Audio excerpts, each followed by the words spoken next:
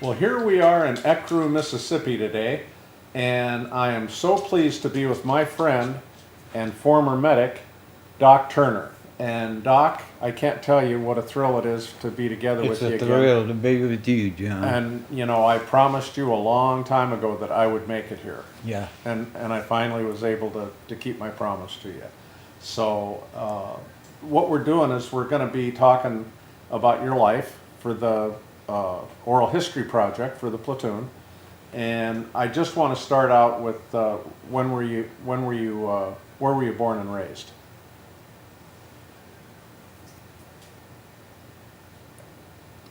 At New Albany, Mississippi. And I stayed with my grandmother till I was about 3 or 4.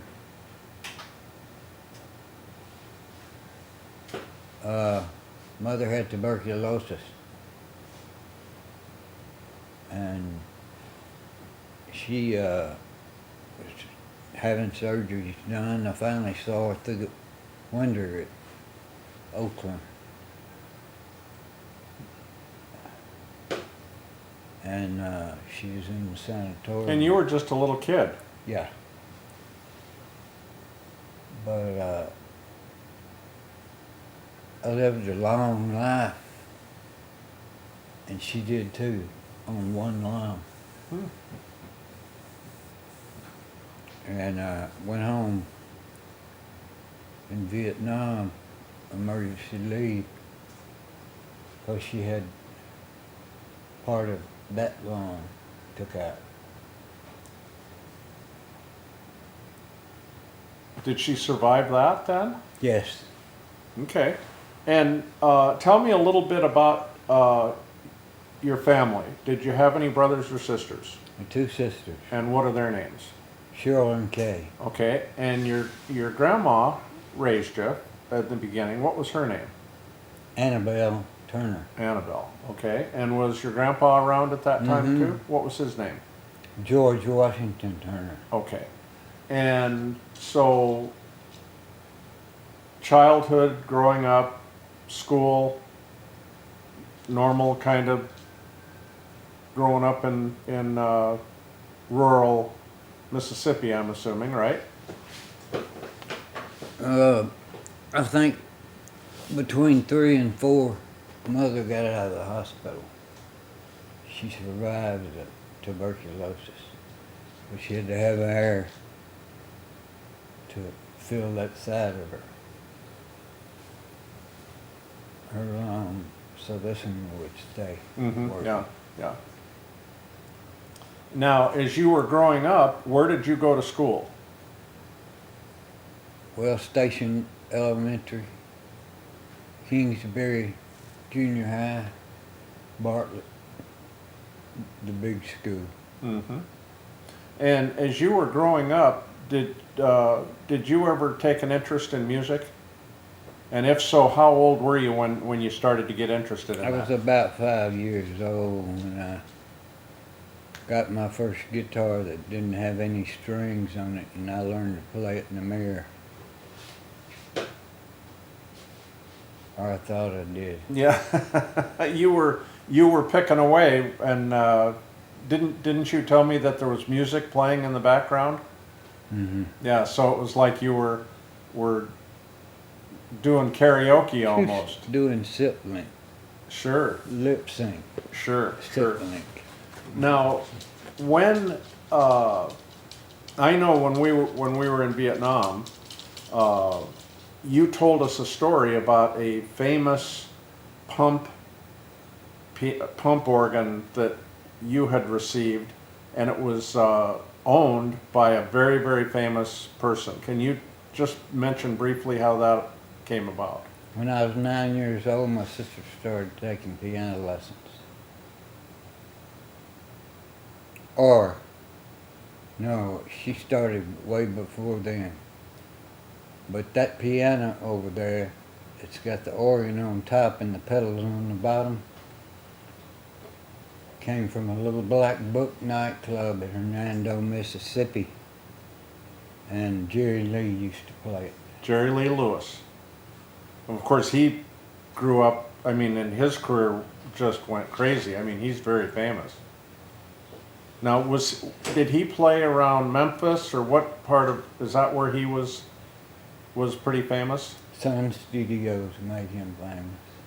Say that again? Sun Studios in Memphis. I believe that's where Elvis Presley got his I believe it is too. start. So, by the way, have you ever been in that studio? Yeah. Is it pretty much the same now as it was then, or? No. No. It's totally different now. If it's even still there. Okay. So, yeah, I remember you telling us that when we were in Vietnam. You told us about that organ piano pump deal, and you also told us, Doc, that when you were a teenager, you and a buddy of yours used to play guitars in his garage. Tell us a little bit about that time of your life. Well, I had a electric guitar, but it didn't have an amp for it. And it was called a Conrad, off-brand. And I took it down there, and he had all kind of amps and stuff. So he plugged it in. His name was Richard Malone. He lived where I did, and he played with a group called Big Star. Well, Big Star wrote some songs and became the Box Tops, and were famous for Letter. That was a very famous song, The Letter, and that was Vietnam era, right? Type music that was going around. Now I have to share a story with whoever's watching this, that when you were in Vietnam and you and I were together, whenever there was a guitar available or close by, They cost $25 or maybe, and you would pick that guitar up and you would start playing box top songs. And of course, the first one that I ever heard you play was The Letter. And of course, I remember several of us gathered around, and we were quite amazed that not only, did you know this song, but you played it on that guitar exactly. I mean, it was just exactly like the song was played. And that's when you shared with us that story about playing with the guys in the Box Tops and so forth and so on. So we always affectionately referred to you as the fifth. Was there 5 Box Tops or 6? There wasn't but 4. So you were the fifth. Yeah, you were the 5th Box Top. That's what we always used to say. And but were those like the good old days to be a young kid? And I mean, was that just playing music and pretty good time? Yeah, but it made you want to be somebody. And it made you, after you go home at night, you couldn't sleep. Then started sneaking, smoking cigarettes, because mother wouldn't allow that for sure. And I was a trouble kid. And I figured my trouble could end in Vietnam. Let me add, you mentioned something there really interesting. You wanted to be somebody. So do you think that not an obsession, but that always wanting to go to that direction, did that distract you from like wanting to go to school or do other things? I mean, did you just think about wanting to be successful at something like that? Do you think that distracted you somewhat? Probably so. Did you ever get in any trouble when you were a teenager? Not to amount to anything. So all of a sudden, one day, you decide Vietnam might be the place where you could go and, They were really having a war over there, you know. I heard about it. and you were 17 years old, but you couldn't join the Army at 17. Mm-mm. So how did you solve that problem? Mother and Daddy went down and signed for me. Had to have both of them. What was your mom thinking? Was she anxious to see you go off to war? They tried to discourage me, but it didn't work. Mm-hmm. So when you signed up, did the recruiter say, Doc, we're going to make an infantryman out of you, or we're going to make a tank driver out of you, or what No, was that conversation like? I was going to be a veterinarian. So when you went down to the recruiter, you wanted to be a veterinarian. Yeah. And so they signed you in and said, okay, we'll send you to basic and then we'll send you to school. So how did that work out? I went to basic training, What fort did you go to for that? Campbell, Fort Campbell. And I did everything everybody else did except go to bivouac. And I played the drum for 'em to march, walk. How did you get picked to play the drum? Was that I picked a drum out of the orderly room one day. I saw it, and I said, "What's that thing?" And he said, "It's a drum." And I said, "What do you do with it?" And he said, "What do you do with it?" I said, "I play it." And boom, boom, boom. And that's how you got that That's job. how I got that job. did that job give you any special privileges? Of course, I didn't go to bivouac. I slept in the barracks. And I rode around in the Jeep most of the time. While they were running, we were pulling along beside them in the Jeep, and I was playing the drum. Yeah. And you graduated from basic, and where did they send you for your advanced training? Fort Sam Houston, Texas. Okay, tell us what went on there. Medical training. Combat medical training. Advanced combat medical training. And more and more and more. And then, Did you ever raise your hand in class and say, when are we going to get to deal with a cow or a dog or a cat? no. I wasn't having no training. No, but you were going to be a veterinarian. Yeah, I thought. Oh, gosh. So, pretty extensive, and I think you told me you were there for a year. In training, almost a year, is that correct? And so, Well, it wasn't a year because I went to Fort Rooker, Alabama and worked in the delivery room where you see a lot of blood. They want me to, instead of watching all these movies Oh, that yes. they had, you know, and medical training that were just gross as they could be. And I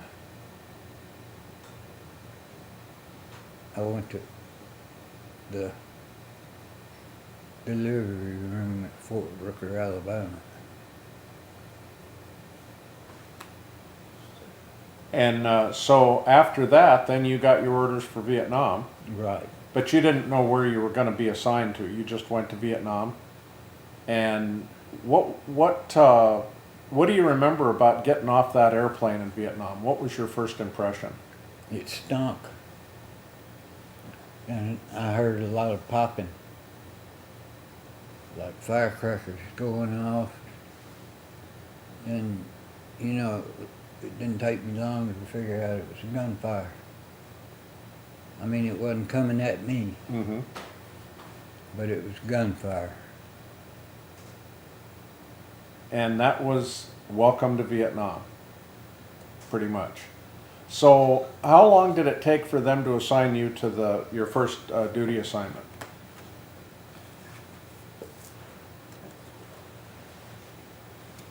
I think they did it from sent me to Saigon and did it there. Okay.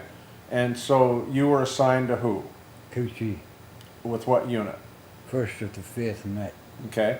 For people that don't understand what a mech unit is, describe what a mech unit is. A mech unit is mechanized infantry. It's got tanks, it's got 8 armored personnel carriers, it's got flamethrowers, it's got everything you'd want. I think you mentioned twin 40s Twin 50s, or 50s, and they were all mounted quad on 50s. quad 50s, and they were mounted on the. And you could use 2 thumbs and press them all. Mm-hmm. Quad 50s? Quad 50s.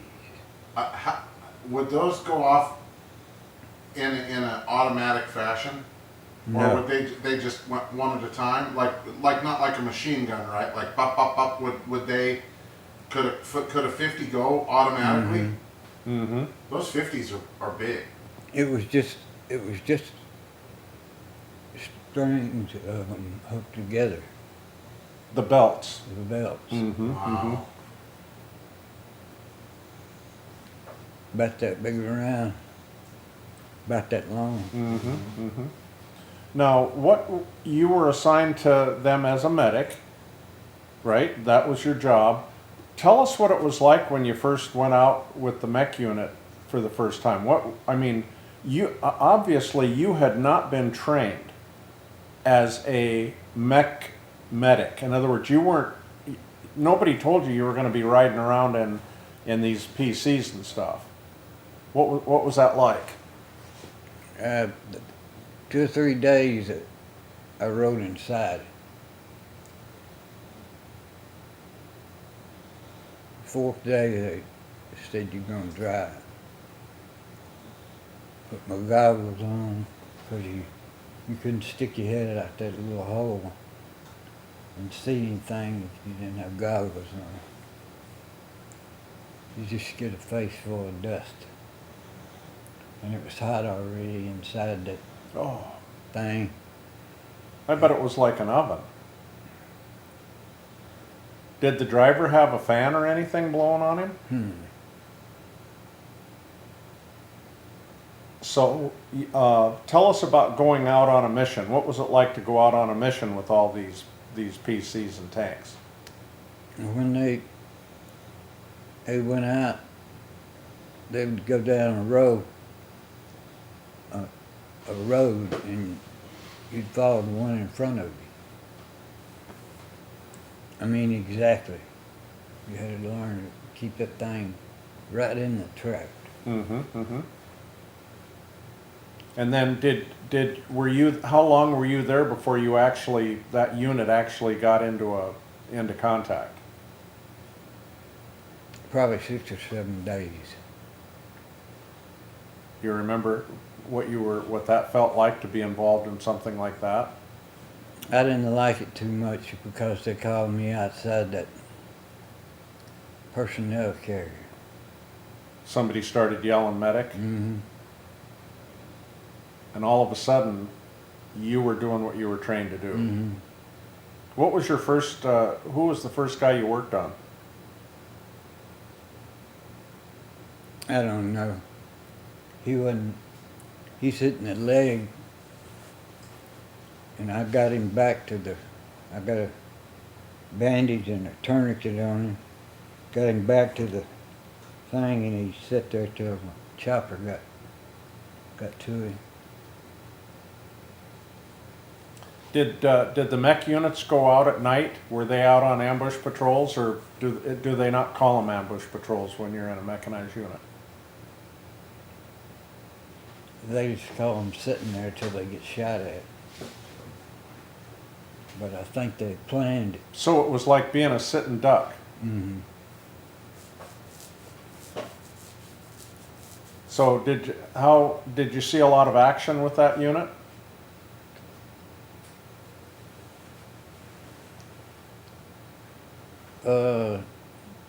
Not a lot, but more than I wanted to. Mm-hmm. Did you experience a KIA while you were with that unit? Did you Oh, yeah. experience? Oh, yeah. I had some KIAs.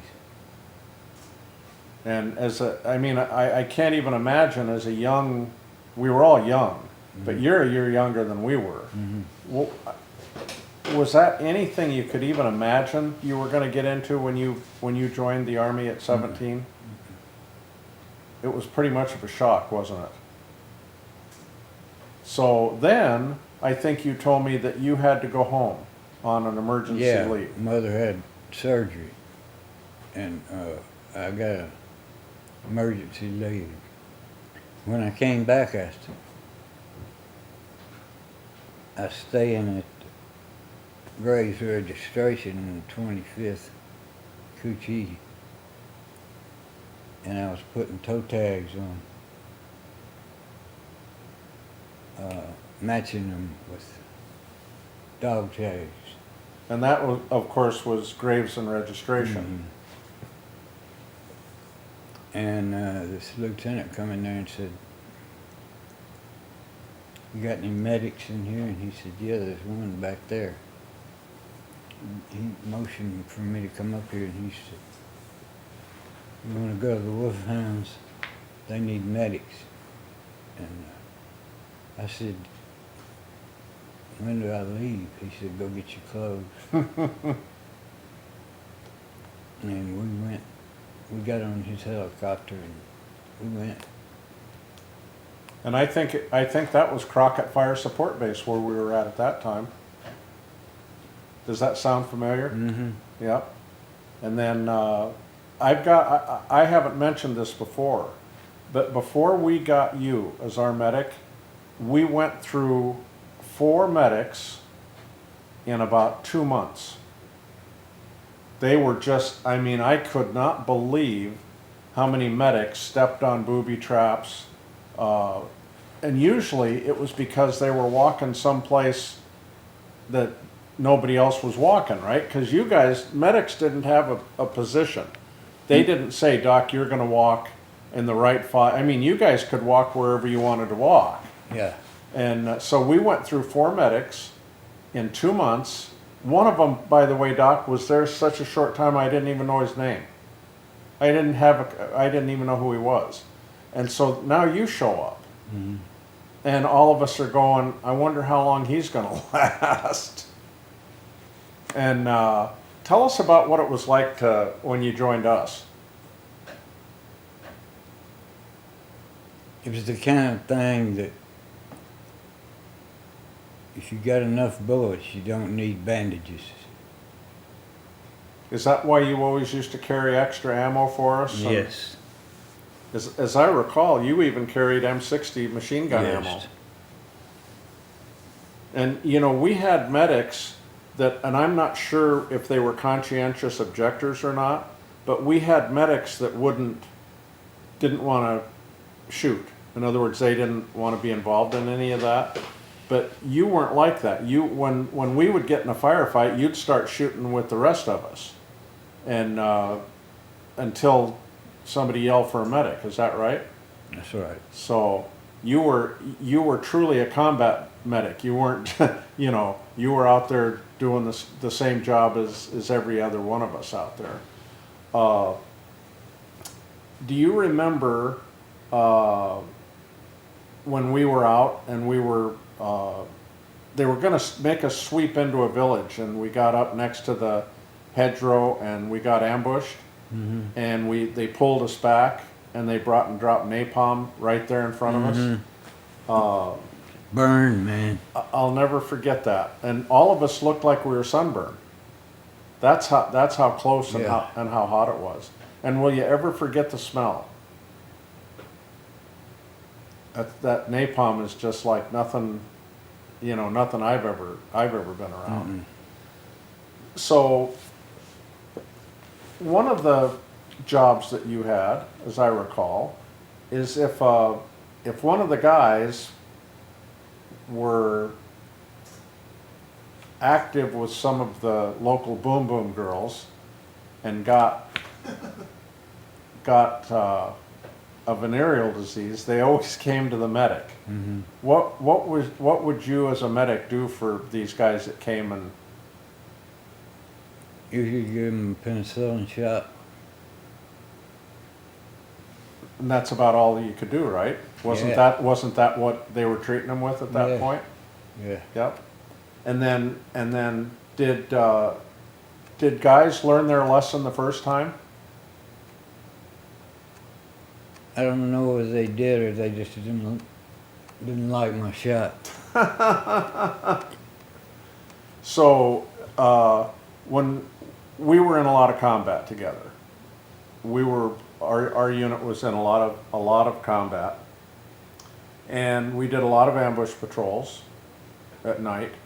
And one of the ones that I remember particularly is when we were operating out of Crockett, and they put us on deuce-and-a-half trucks, and they drove us up the highway and they let us out, and we were gonna walk in to our ambush site. And they got us all lined out, and we had just started walking, and we got ambushed with RPGs. And they just came out of the sky, it seemed like out of nowhere.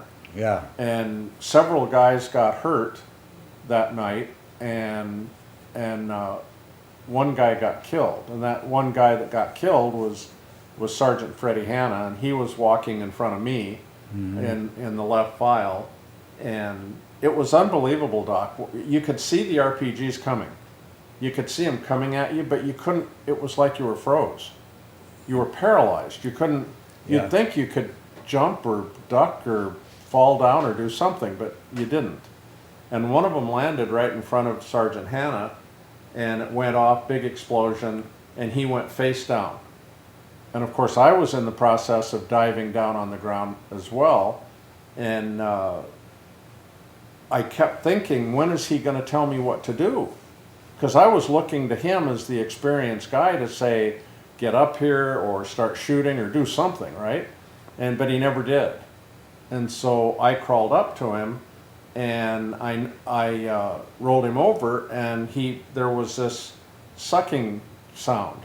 And I opened his shirt, and there was a little, kind of a small hole right here in his chest, and there was blood that was bubbling out of it. And of course, I immediately thought back to my first aid training, that must be a sucking chest wound, because I could hear the air and I saw the bubbling blood.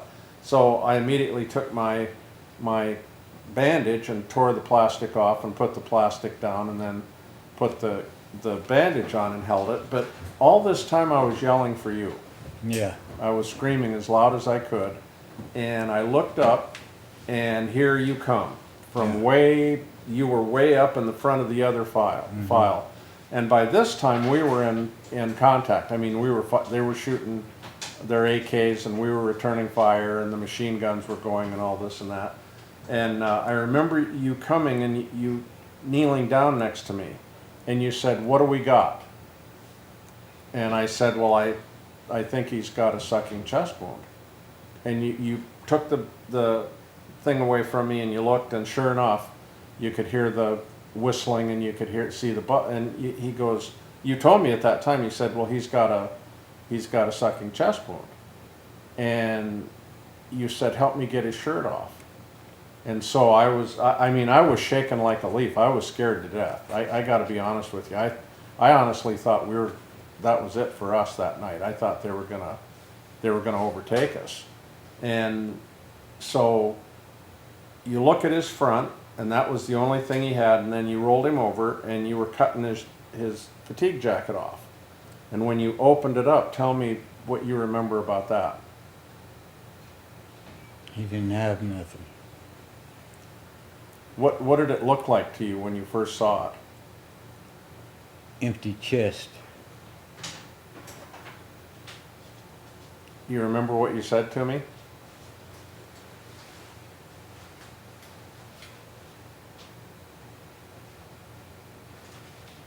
We've done all we can do. Well, you said you didn't think he was gonna make it. But you turned him back over and you kept trying. You kept trying and kept trying. How long did you work on Sergeant Hannah? I don't know. Did it seem like a long time? Yeah. But then, of course, they were yelling medic on the other side, and you looked at me and I said, what am I supposed to do? Yeah. And you said, just hold him, tell him everything's gonna be okay, and tell him that the medevac's on the way. And I did just what you told me. And of course, unfortunately, he ended up dying right there and he took his last breath in my arms, and you were taking care of guys on the other side. And that was, to me, that was one of the most traumatic nights. That might have been up to that point. Well, it was the worst night of my life in Vietnam up to that point. Yeah. And how did that affect you?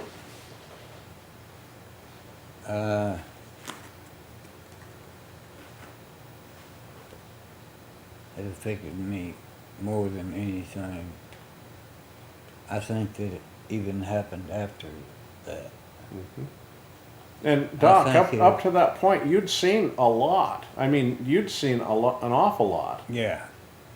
I think I still, to this day,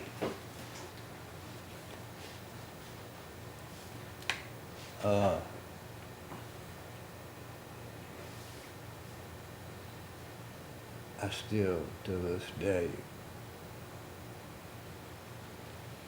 am affected by that. Mm-hmm.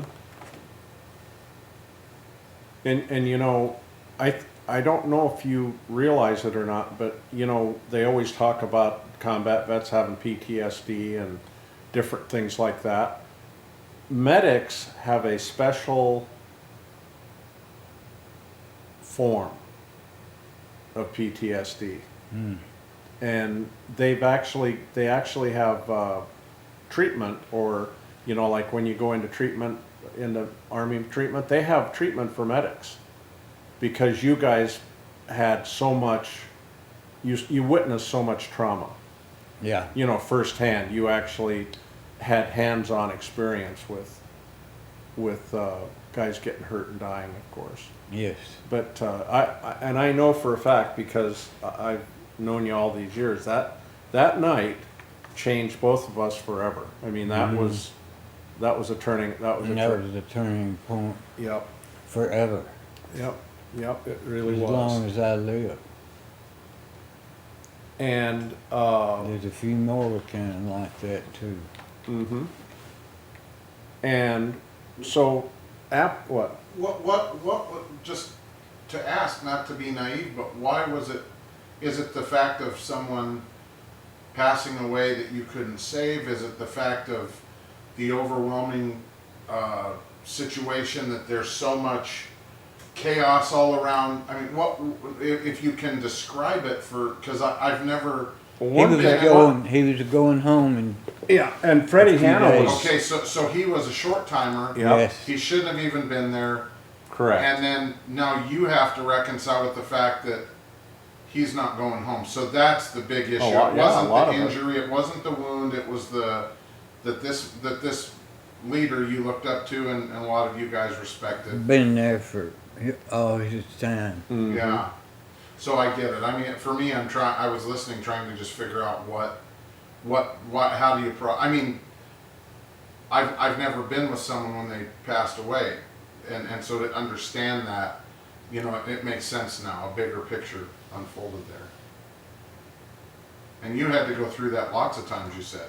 Well, yeah. When my mother died, I went through that.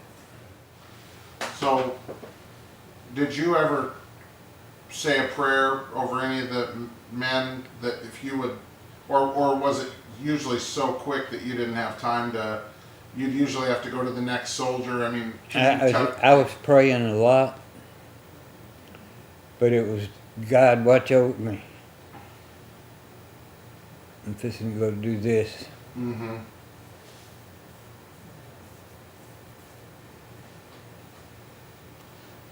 Okay, who do you remember in the platoon? John, Joe, Bruns, Moose, Naso Galley, Cuccini,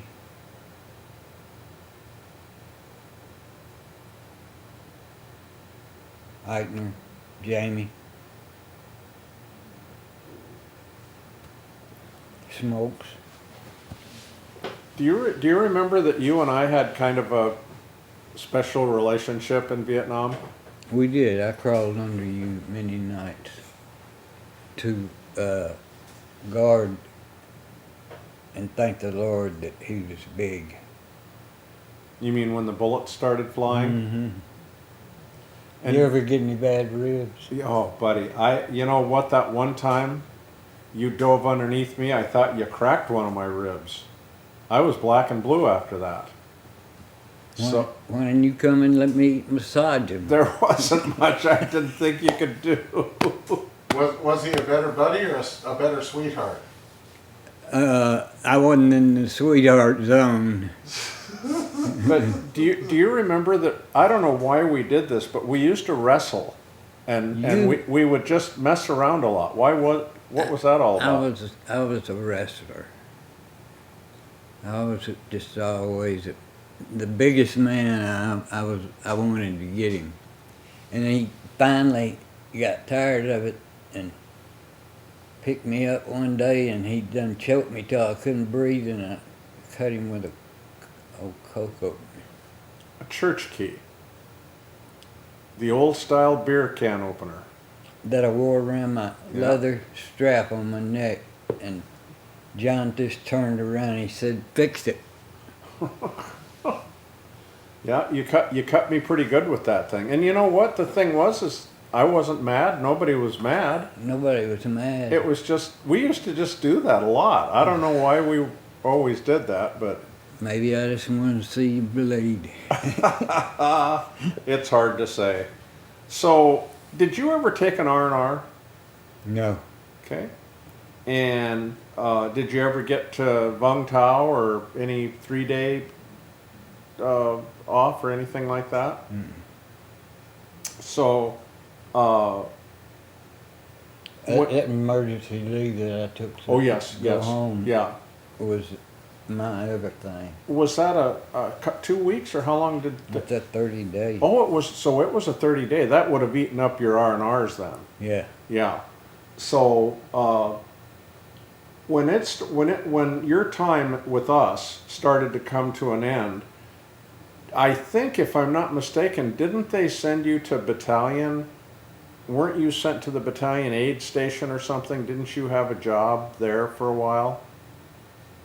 I mean, you were a senior medic by that time. Yeah, I was senior medic. Do you remember much about that time? It was kind of lonesome being the only one there. I remember Creighton Abrams came and took Westmoreland's place, Mm-hmm. didn't he? Yes, he did. 'Cause I wound up in the bunker one night with both of them. And I saluted him when I went in, and I sat down in there.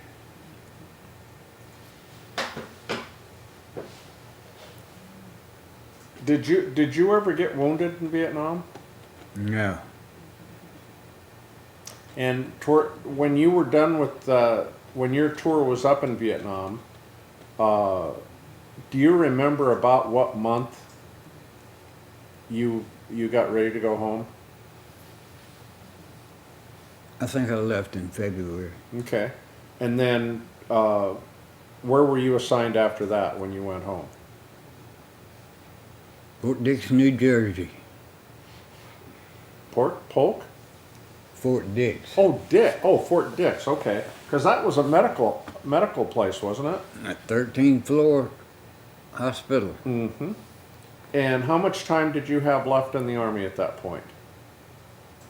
About a year. Okay, and so you had a job there at the hospital? What kind of things did you do there? I worked in the emergency room.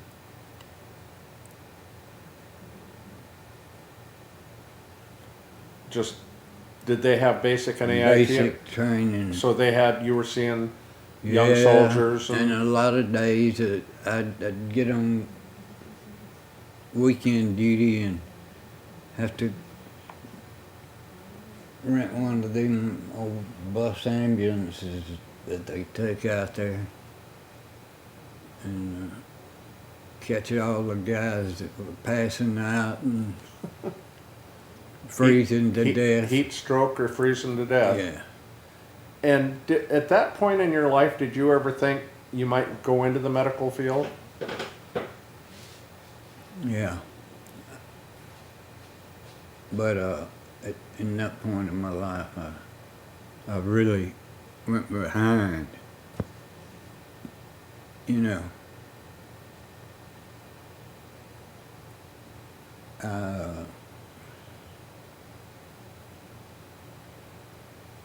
Was in a huge hospital. Had a lot of drugs in it. I was kind of malusing those drugs that I was working with. And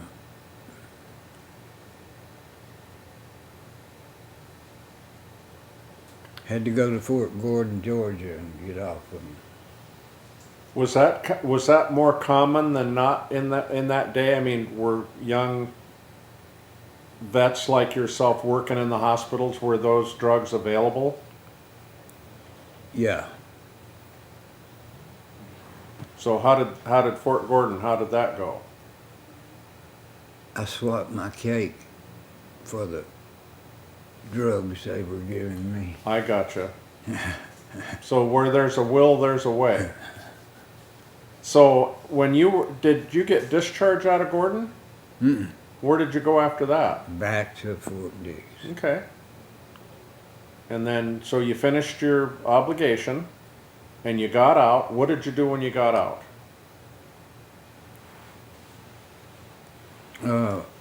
They sent me to Fort George G. Meade, Maryland after I got off the drugs. Okay.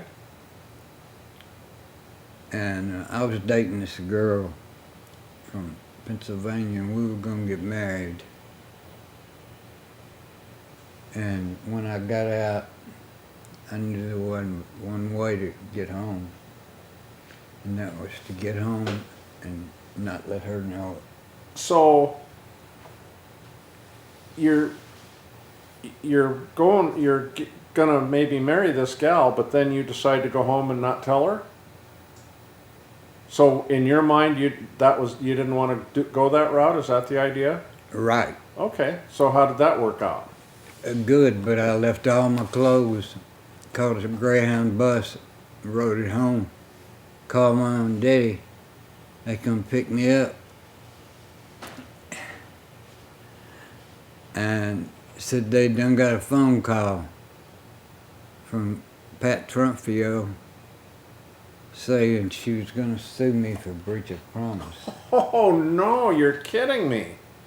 Are you serious? I'm serious as a heart attack. Oh my goodness. I mean, could people do that did people do that in those days? She never did call back no more. So when you came home, did you live with your folks for a while? Yeah. Okay. And then is it that time of your life that you met the love of your life? Yeah, I moved down here. And we lived up there in a house trailer where that house is sitting. Mm-hmm. There was a house trailer there one time. And she was the oldest one in her family, child. That's Jean we're talking about. Mhm. How did you meet her? I went to work at Brookwood. My uncle that lived right next door to my grandmother. I moved in with my grandmother. 'cause Granddaddy had died Okay. while I was at Fort Dix. Okay. And I went to Brookwood and went to work. I never had worked there, nowhere. And he got me on. I sprayed cover for a furniture factory that's still there. You did what? You sprayed what? Spread cover. Oh, spread. Yeah, you walk down one side, the other fellow walks down another side, and then you spread however many sofas you're going to make, and then you put the chalk on it, and draw The pattern. the pattern on it, and then you move to the next table. Now they've got electric knives, they got electric spreaders. So it took the labor out of it. That caused a lot of jobs to be lost, I'll bet. Mm-hmm. So, as a career, let me back up. So you and Jean met there. Were you kind of like dating, or how did you ask her out, or how did that come about? Yeah, she was the best looking one in the offices, and she took your name and, you know, what you gonna claim, and do you want to open up an account Mm-hmm. with a 401k, and Mhm. do you want to do this? And so I found out where she lived. Well, my grandmother just lives at Ingram. You know, that's across this bottom, the Mhm, next mhm. bottom going that way. Yeah. And my grandmother lived there, and found out where she lived and found out her phone number. And I asked her out. And she went with me.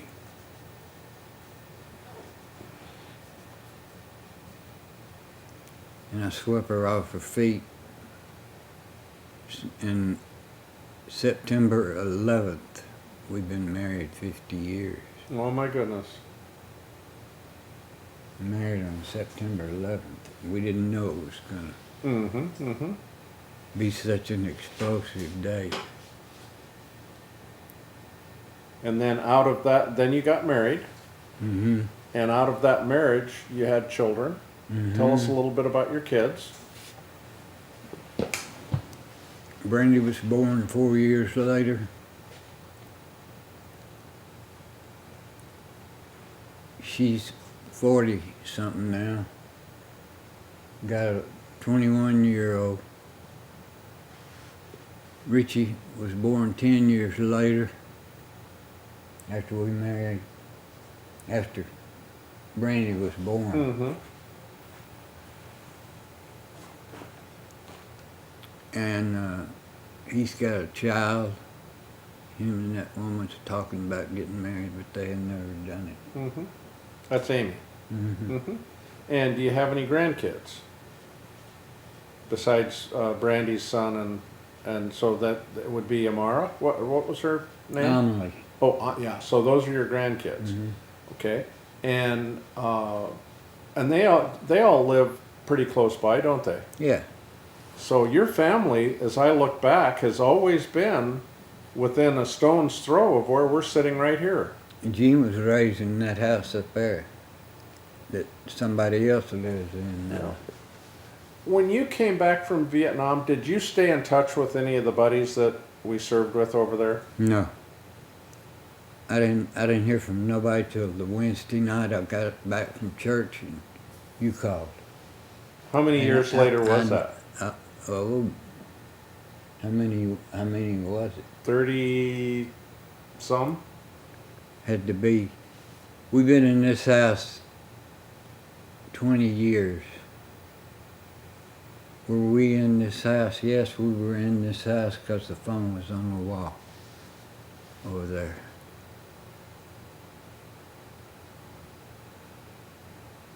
Were you surprised when you heard who it was? Yes, but you sound like the man that takes your recording when you call the VA. So what were you thinking when I told you who I was? You told me you knew who it was just from the sound of my voice. Mm-hmm. And I broke down crying. And Jean came running to the phone. And I said, "It's John." And she said, "John? Who's John?" And I never had told her much except that I shot myself. Mm-hmm, mm-hmm. And she knew that. But that was a good night, wasn't it, Doc? Oh, man. We were, we were connected again. We were. I was so far away from, I didn't know whether you was dead. I didn't know where you lived. I didn't know anything about you. Mm-hmm.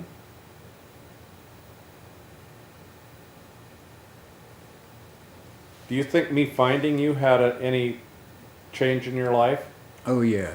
Yeah. Yeah.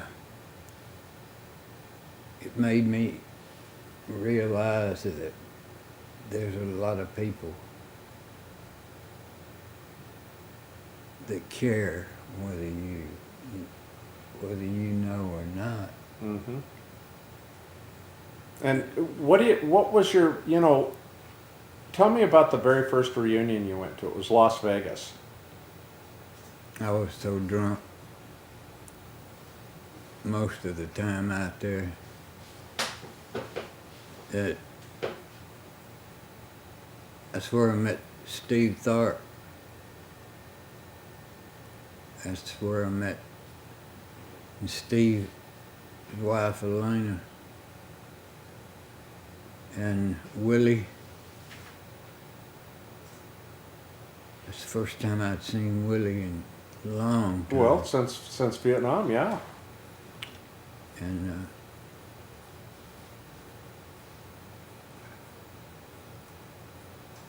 Were you overwhelmed at how happy the guys were to see you? yeah, Why do you suppose we were so glad to see you?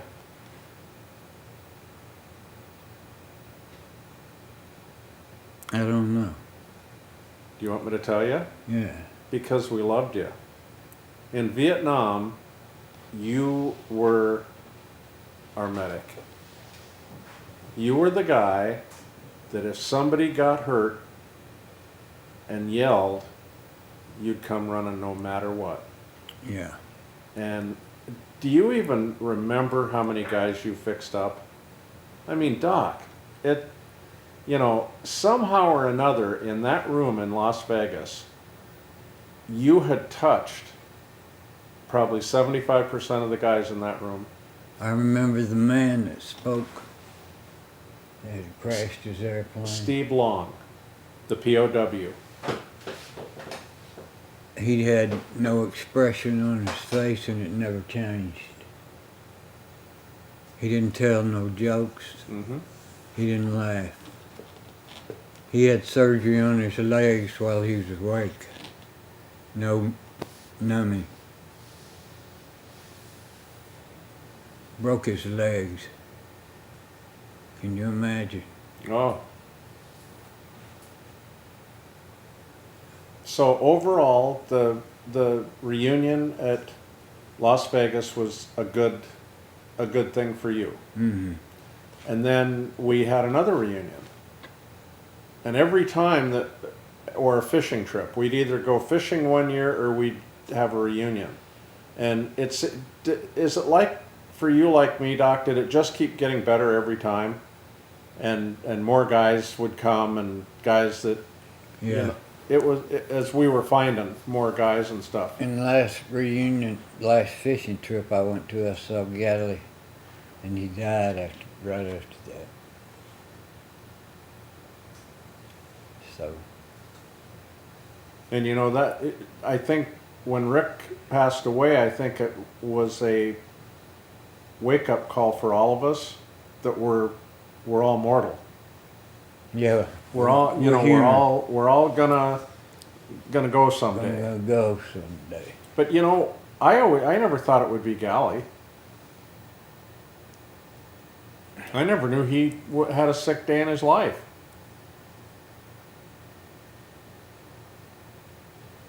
He fell off a ladder and broke his leg, didn't he, to start with? Yes.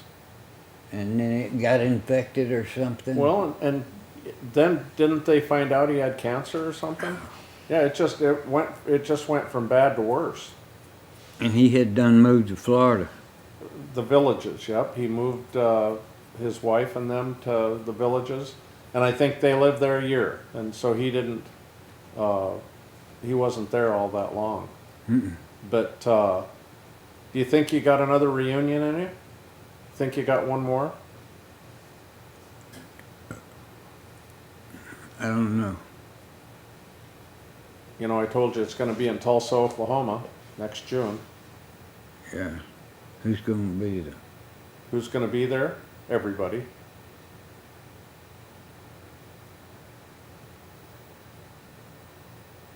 Sarah said she was even going to put a thing up on the stage with sandbags for you, so you could sit on the sandbags. Do you remember when she did that? Yeah. But overall, it's been a pretty good. It's been a pretty good trip, hasn't it, Doc? Yeah. Yeah, to You know, and see the people that you knew, and then for 30, 40, 50 years you hadn't seen. mm-hmm. You were with us at the last reunion, do you remember? No, I wasn't. Oh, I remember you were with us at the last reunion. You don't remember that? Charlie Daniels? When I FaceTimed you and I had Oh, yeah. the screen up on the 100 I was foot. in there. Yeah, you were sitting on the toilet. And all the people thought that was the best part of the reunion. You sitting there talking to us on your phone. Doc, what has Gene meant to you all these years? Ooh. I can't put it in words.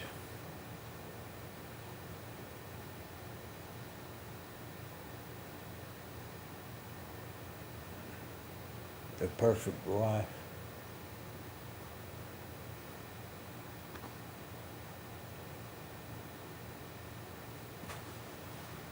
Have to be.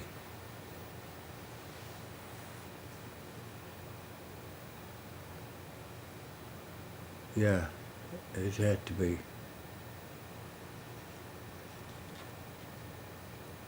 You two have been through a lot together. Yeah. Yeah. And somehow or another, the two of you figured out how to keep it together. 50 years. Yeah. She's just, I don't know, when her mother got down and I missed her a lot because she was up there. And then her mother went to the nursing home, and that's where she died. Mm-hmm. And I missed her during that, but yeah, she's the perfect wife. Do you think that you'd be here today if it wasn't for her? No. She's put up with all my mistakes that I've made. When I used to drink all the time. And Yeah. She she put up with all that.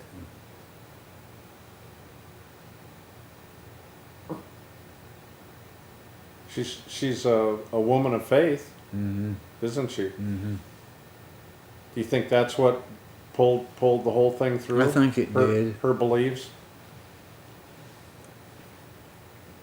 Yeah. Because when I was leading singing at that new church over I showed y'all last night, she was big in that. They had a fellowship hall where it had an industrial kitchen in it. I mean, all the way down to the ice maker and the walk-in Hmm. cooler. You know, it had an industrial kitchen. And her and Brandy used to cook Awana meals on Wednesday nights. And anytime she did anything in there,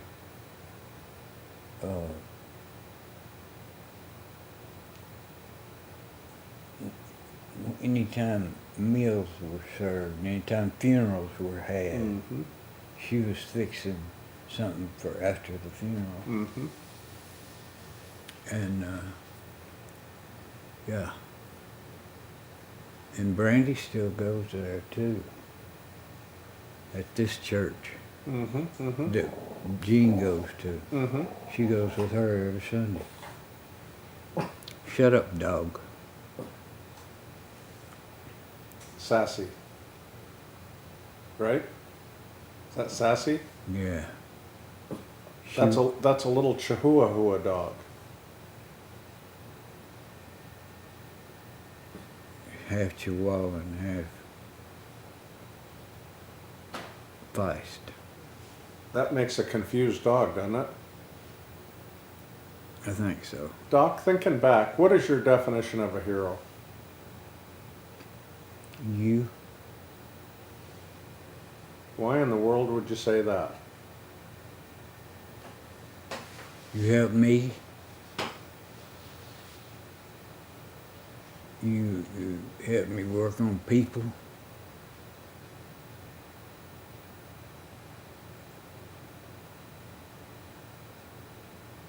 I don't know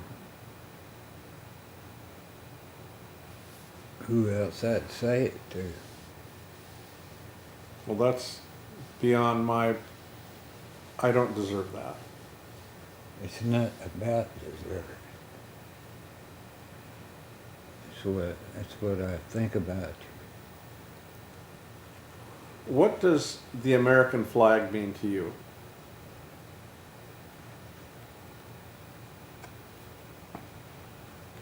Freedom.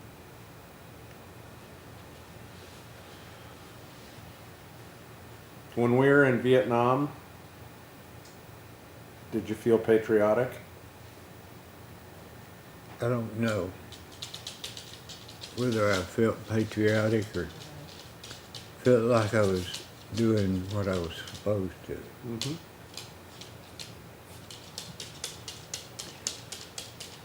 If you could give your very best advice to the generations to come that are going to be watching this video. Now, I think I told you, we're going to have this published and we're going to pay to have it up for 100 years. Wow. So your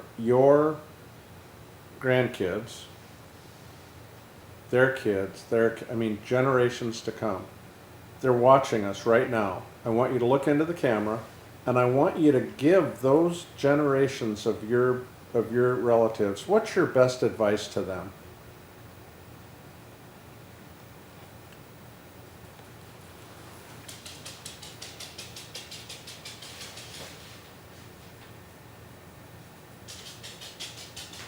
Go to church on Sunday.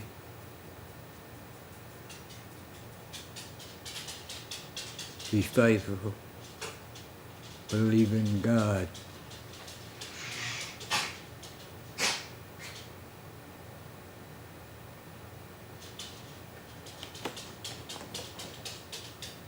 Live right.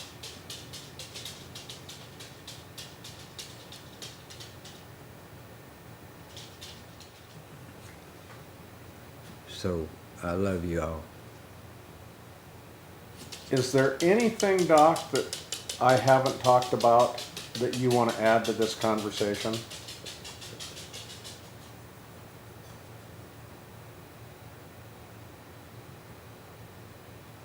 Besides the furniture store, I didn't ask you about what other jobs and stuff you had. Oh, I drove a truck for Walmart Distribution Center. How many years did you drive for them? 6 or 7. And then is that when you started having trouble with your hands?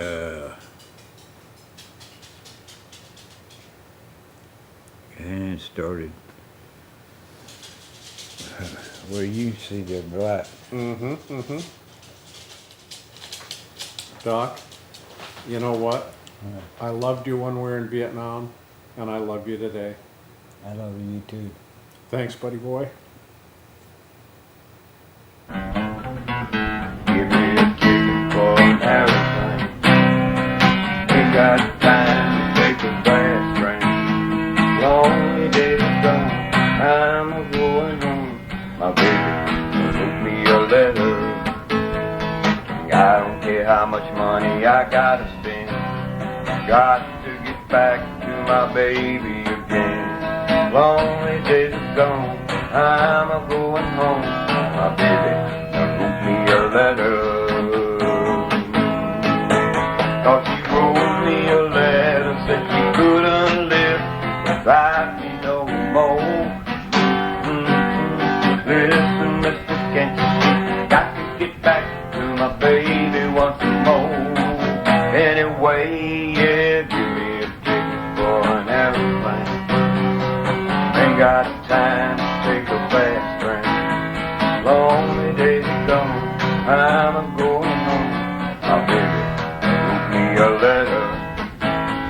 My baby wrote me a letter.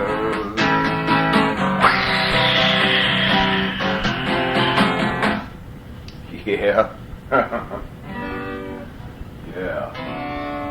There's something happening here. What it is ain't exactly clear.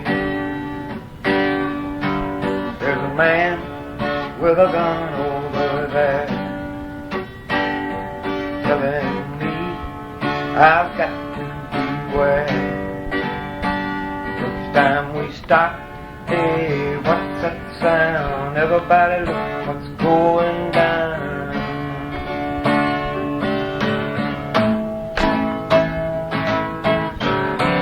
What a field day for the lead. 1,000 people in the streets singing songs and carrying signs. They mostly say hooray for our side. Next time we stop, hey, what's that sound? Everybody look what's going on.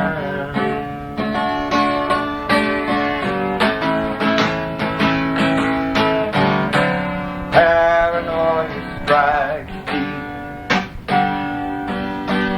into your life, it will creep. It starts when you're always afraid. Step out of line, the man comes and takes you away. Next time we stop, hey, what's that sound? Everybody look what's going on.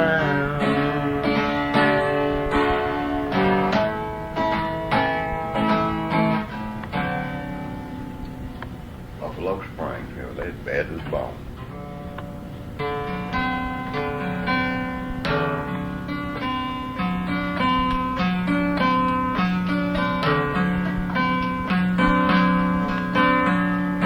Well, when I was just a little boy, standing to my papa's knee,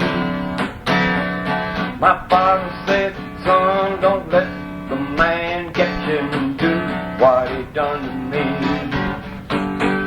Cause he'll get you. Cause you got your mama acting a million home of the 4th of July, running through the backwoods bay. I can still hear my old hound dog barking, chase 'em down the Hooray, chase 'em down the Hooray. Born on the bayou, Lord, born on the bayou, born on the bayou. Y'all now do it, do it, do it, do it, do it.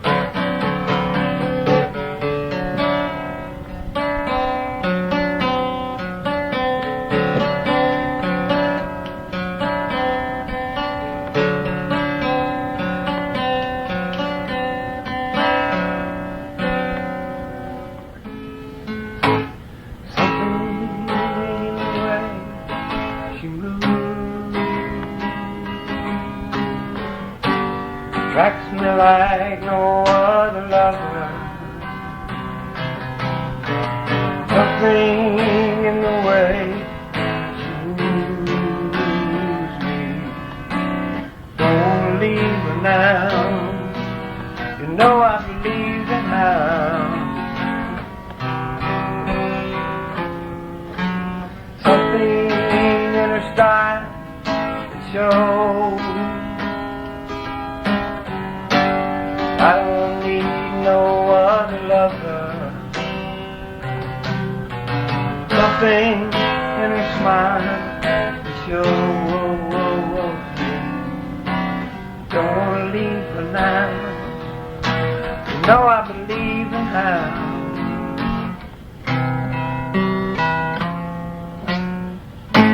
You're asking me, will our love grow? I don't know. When the last breath of life has gone from my body, and my lips are as cold as the sea. When my friends gather round for my farewell party, won't you pretend that you love me?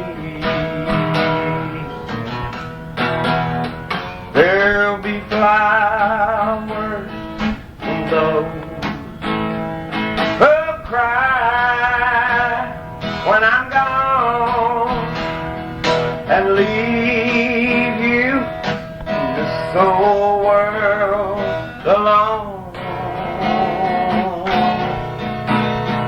You'll be free at the end of my farewell party, and I know you'll be glad when I'm gone.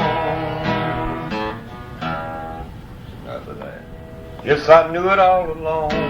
I have to come back home. All the slaving on the road only make me tired and cold.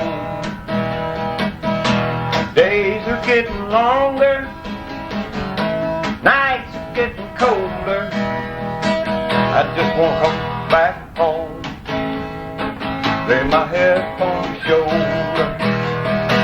I ain't got no lead guitar player, so I guess I can finish that neither.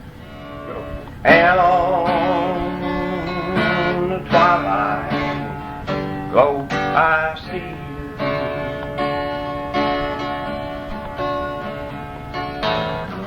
blue eyes crying in the rain.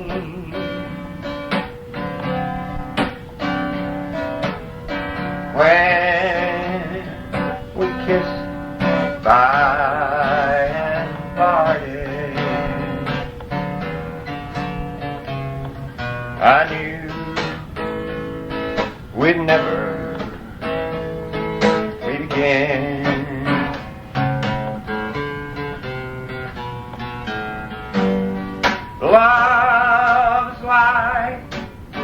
dying ember. Only memory remains. That's it.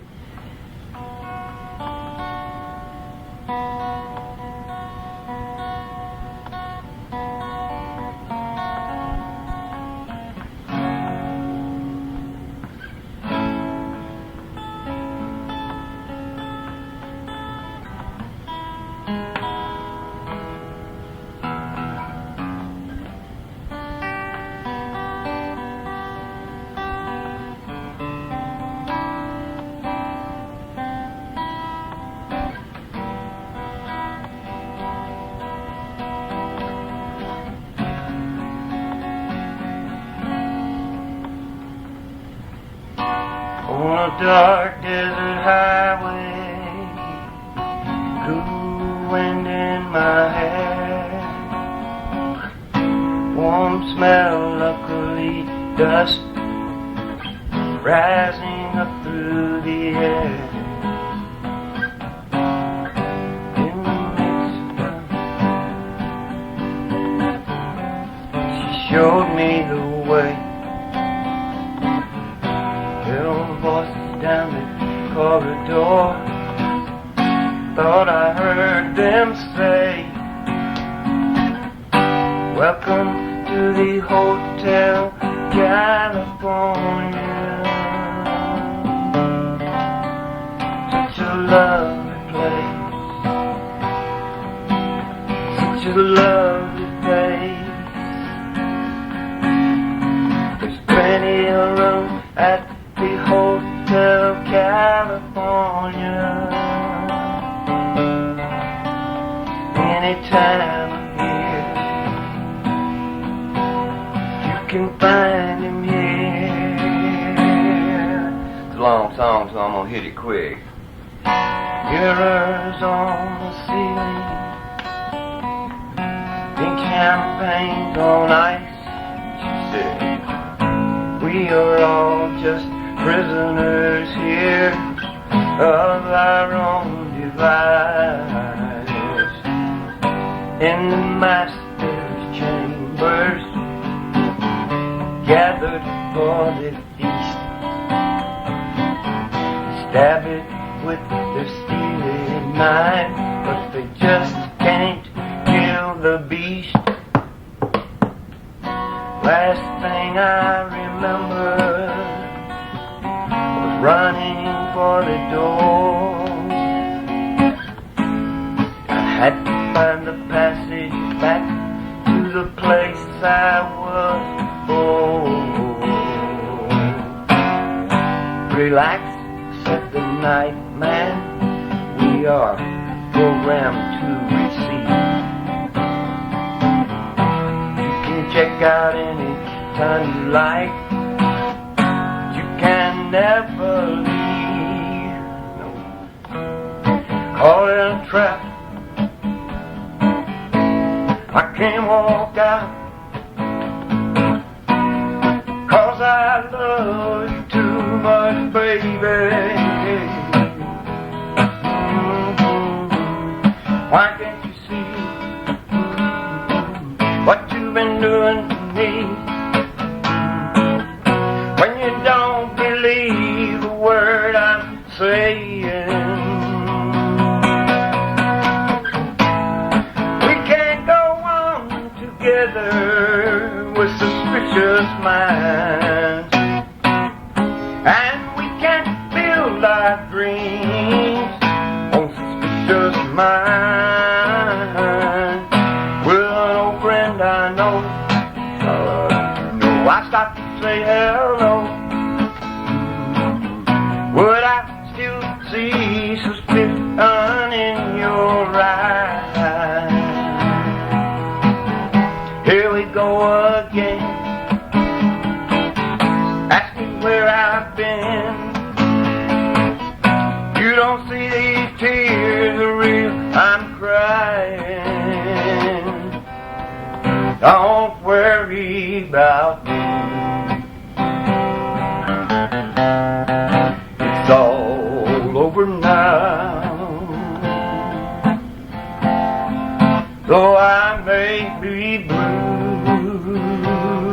blues I managed somehow. Love can't be explained, it can't be controlled. One day she's warm, next day she's cold. But don't pity me if I'm feeling blue. Downtown tonight, saw an old friend, someone who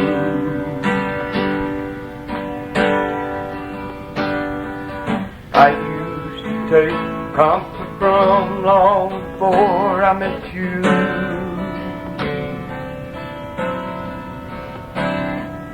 I caught a spark from her eye, a forgotten desire,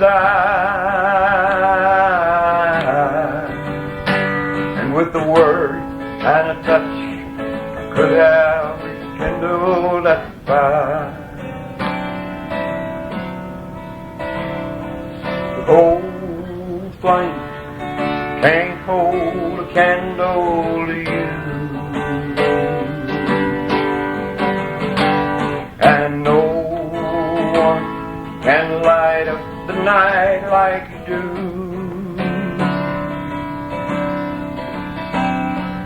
Flickering embers of love, I've known one or two.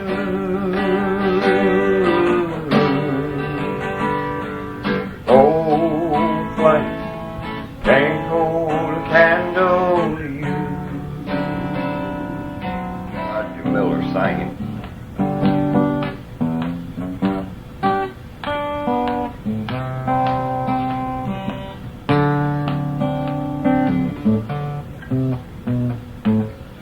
Trailer for sale or rent, runs till at 50 cents.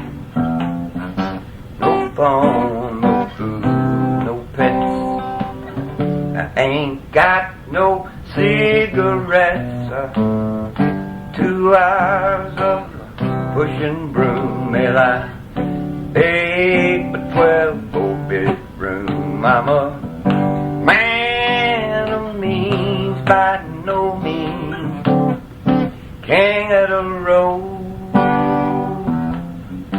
3rd boxcar, midnight train, destination Bangor, Maine. Oh, worn-out boots and shoes, I don't pay no union dues. I smoke old stogies that I have found, 'cause they're short but not too big around. I'm a man of means by no means, king of the road. I know every engineer on every train, all of their children, all of their names. Hurts too bad, brother. I can't go there.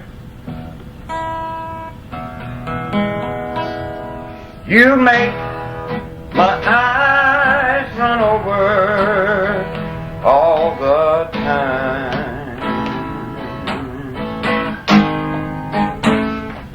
You're happy when I'm out of my mind. You don't love me, and you won't let me be. Don't you ever get tired hurting me.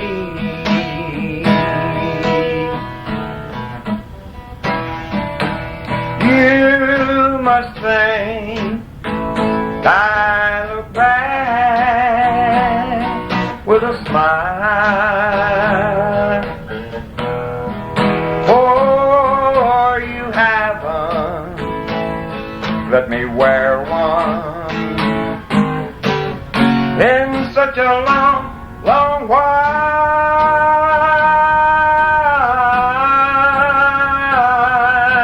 Still I keep coming back.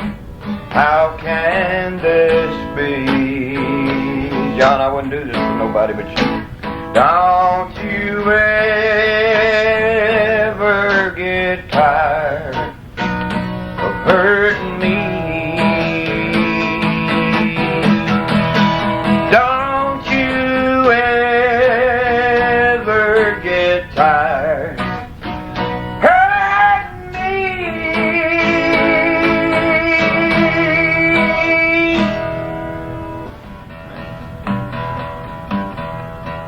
Better gentle barroom queen in my bed.